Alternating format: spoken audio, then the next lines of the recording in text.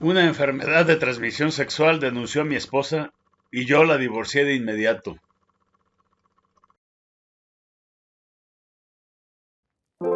La enfermedad del silencio. Habíamos compartido 6 años de matrimonio. Lidia no era una mujer que se aferrara a las convenciones románticas. No éramos de esos que publicaban fotos cursis ni proclamaban su amor a los 4 vientos, pero nos entendíamos, o al menos eso creía. Ella no necesitaba atención constante y yo apreciaba su independencia. Pensé que había elegido a una compañera fuerte y madura, pero a veces las certezas se desmoronan. Todo comenzó como algo pequeño, casi insignificante. Lidia había regresado del trabajo con una expresión cansada, pero no era rara. A menudo tenía días largos y demandantes. Creo que algo que comí me cayó mal, dijo mientras dejaba su bolso y se dirigía directamente al sofá. La veía débil, más de lo habitual, pero asumí que era algo pasajero. Un malestar estomacal común, quizás. Esa noche apenas probó bocado. Un sorbo de agua le causaba náuseas y las pocas galletas saladas que intentó comer terminaron en el inodoro. Me preocupé, pero ella insistió. Es solo una intoxicación alimentaria. No quiero hacer un drama. Ya se me pasará. Traté de convencerla de que descansara y bebiera más líquidos, pero su cuerpo parecía rechazarlo todo. Vomitaba continuamente. Su rostro estaba pálido, casi cenizo, y sus manos temblaban ligeramente. Solo necesito dormir, me dijo con una sonrisa forzada. Pasamos esa noche en vela. Cada media hora se levantaba tambaleándose hacia el baño y por la mañana parecía aún más agotada. Me acerqué a la cama y le sufrí llevar al hospital. No me gustan las agujas ni las vías intravenosas, murmuró con los ojos cerrados. Su voz apenas era un susurro, pero al caer la tarde su estado empeoró. Apenas podía sostenerse de pie. Su piel estaba fría al tacto, sus labios secos y agrietados y los ojos hundidos. Yo la miraba tratando de mantener la calma, pero el pánico se estaba apoderando de mí. Lidia, esto no es algo normal, le dije. Necesitas atención médica. Ella intentó resistirse, pero no le dio opción. La cargué al coche, envuelta en una manta y conduje al hospital más cercano. Cada minuto del trayecto sentí un nudo en el pecho. Traté de hablarle para mantenerla alerta, pero sus respuestas eran apenas un murmullo. Estoy bien, insistía, a pesar de lo evidente. Yo no estaba dispuesto a arriesgar su vida por el miedo a los hospitales. Cuando llegamos a emergencias, una enfermera nos recibió. Lidia casi no podía caminar, así que la colocaron de inmediato en una silla de ruedas. Su delgadez y fragilidad contrastaban con la energía que solía tener. Todo estará bien, le aseguré mientras la llevaban adentro. Intenté sonreír, pero la verdad es que tenía un miedo paralizante. En ese momento no podía imaginar que la verdadera pesadilla apenas estaba comenzando. El miedo me invadió al verla sentada en esa silla de ruedas, con la cabeza ligeramente inclinada y los ojos cerrados, como si se esforzara por conservar la poca energía que le quedaba. Lidia nunca había sido una mujer frágil. Siempre tuvo una fuerza serena que me hacía sentir que podía con todo, pero en ese momento parecía tan vulnerable, tan lejana de la persona que yo conocía. Sus manos descansaban sobre su regazo, temblando de forma casi imperceptible. Mientras la empujaba hacia el área de emergencias, sentí un peso en el pecho, una mezcla de preocupación y algo más profundo, algo que no podía nombrar. Me incliné hacia ella y le susurré: no te preocupes, estarás bien. Estoy aquí contigo. Intenté que mi voz sonara segura, que si esas palabras fueran un talismán contra el miedo, pero la verdad era que me las decía tanto a mí como a ella. No podía permitir que mi pánico se notara. Ella me necesitaba fuerte. Sin embargo, por dentro algo no cuadraba. Había una inquietud indescriptible que no podía ignorar. Una sensación de que esto no era solo una simple intoxicación alimentaria, como nos habíamos convencido al principio. Era como si mi cuerpo supiera algo que mi mente aún no había procesado. Cada detalle parecía amplificado. El eco de los pasos en el pasillo, el pitido constante de un monitor cercano, el murmullo de otros pacientes. Intenté racionalizarlo. Tal vez estaba exagerando, proyectando mis propios temores ante una situación que no era tan grave. Pero no podía sacudir esa sensación persistente, esa sombra que se arrastraba en mi mente. Lidia había sido reacia a venir al hospital, y eso era tan típico de ella, siempre fuerte, siempre minimizando sus propios problemas. Pero ahora, mientras la veía tan débil y pálida, me preguntaba si en el fondo ella también sabía que esto era más serio de lo que quería admitir. Con cada paso que daba hacia la sala de emergencias, esa sensación de inquietud crecía. Algo estaba mal, terriblemente mal, y aunque no sabía qué era, sentía que las respuestas estaban esperándonos en algún lugar tras esas puertas, y por primera vez en mucho tiempo, no estaba seguro de querer saberlas. En las primeras horas después de nuestra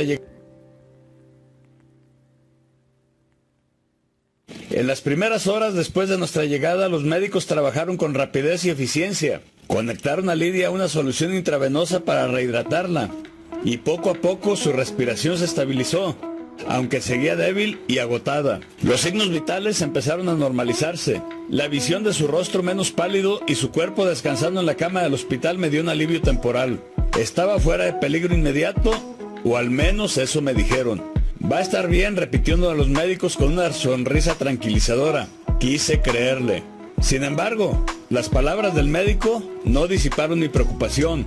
Queremos descartar cualquier condición subyacente, explicó. Aparentemente, los síntomas de Lidia eran demasiado severos para atribuirlos únicamente a una intoxicación alimentaria. Ordenaron análisis más detallados. 2 días.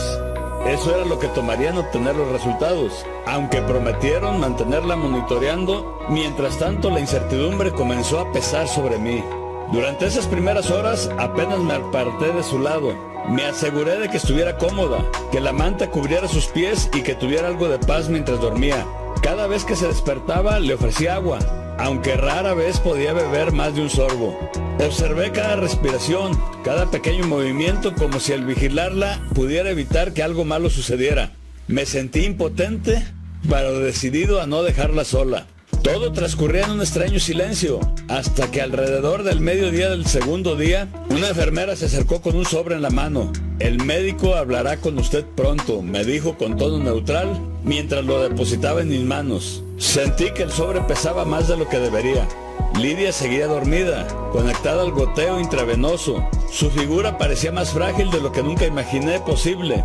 Miré el sobre y mi mente comenzó a llenarse de preguntas. La curiosidad y el miedo se debatían dentro de mí.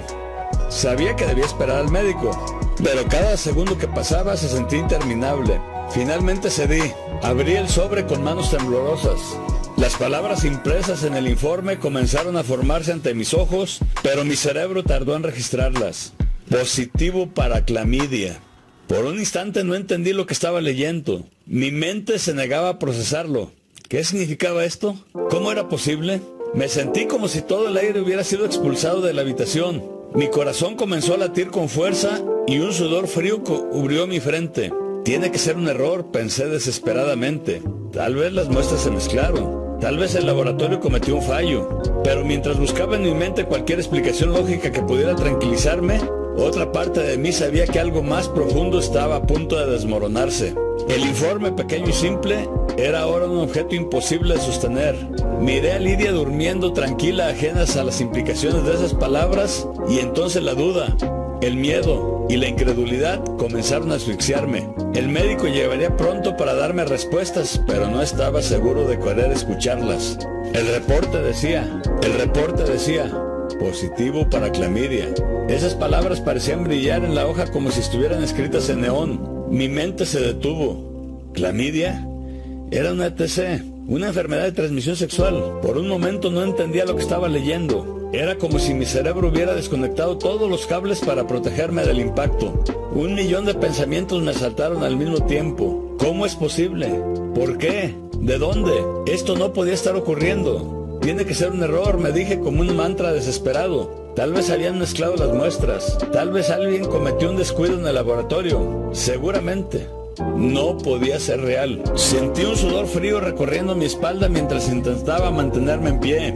Esto no puede estar pasando. No a nosotros, no a Lidia. Intenté racionalizarlo, buscar explicaciones que no involucraran el obvio y doloroso pensamiento que empezaba a asomarse en mi mente. Pero el papel estaba ahí, con esas palabras imposibles de ignorar. No había lugar para excusas o distracciones. Unos minutos después, el médico me llamó a su oficina. Caminé hacia allí como si estuviera en un sueño, con las piernas temblorosas y el informe aún en la mano. De frente a él, apenas consciente de un mundo que me rodeaba. ¿Esto es cierto?, pregunté, señalando el papel como si fuera una sentencia de muerte. Mi voz apenas era un susurro. El médico asintió con expresión seria. Lo siento, dijo con un tono profesional, casi distante. Las pruebas son exactas. Lidia tiene clamidia y ya hemos comenzado el tratamiento.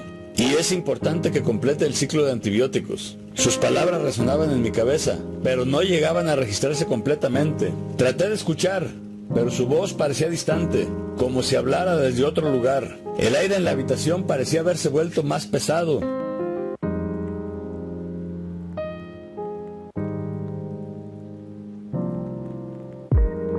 El aire en la habitación parecía haberse vuelto más pesado, irrespirable. El peso de esa información me aplastaba el pecho. Mi mente se negaba a procesar lo que eso significaba. ¿Una ETS? La implicación era clara, pero no estaba listo para aceptarla.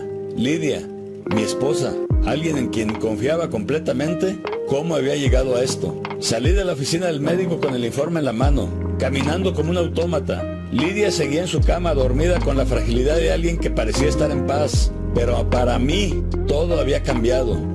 Mi confianza, mi tranquilidad y mi imagen de nuestro matrimonio estaban empezando a desmoronarse y yo no sabía cómo detenerlo. ¿Qué había hecho mal? ¿Qué había ignorado? En ese momento no tenía respuestas, solo tenía un informe en la mano y una sensación de que mi vida nunca volvería a ser la misma. Lidia dormía profundamente en la cama del hospital, su rostro pálido y su cuerpo casi inmóvil, apenas alterado por un suave subir y bajar de su respiración. Por un momento la observé en silencio, preguntándome cómo habíamos llegado a este punto. La mujer que había prometido compartir mi vida, aquella que alguna vez pensé que conocía tan bien, ahora parecía una extraña. La realidad que sostenía en mis manos, el informe médico, era un abismo entre nosotros. Cuando finalmente abrió los ojos, el ruido de los monitores y el goteo constante del suero parecieron desvanecerse. Ella me miró con esa misma expresión débil que había llevado durante días. Por un instante dudé.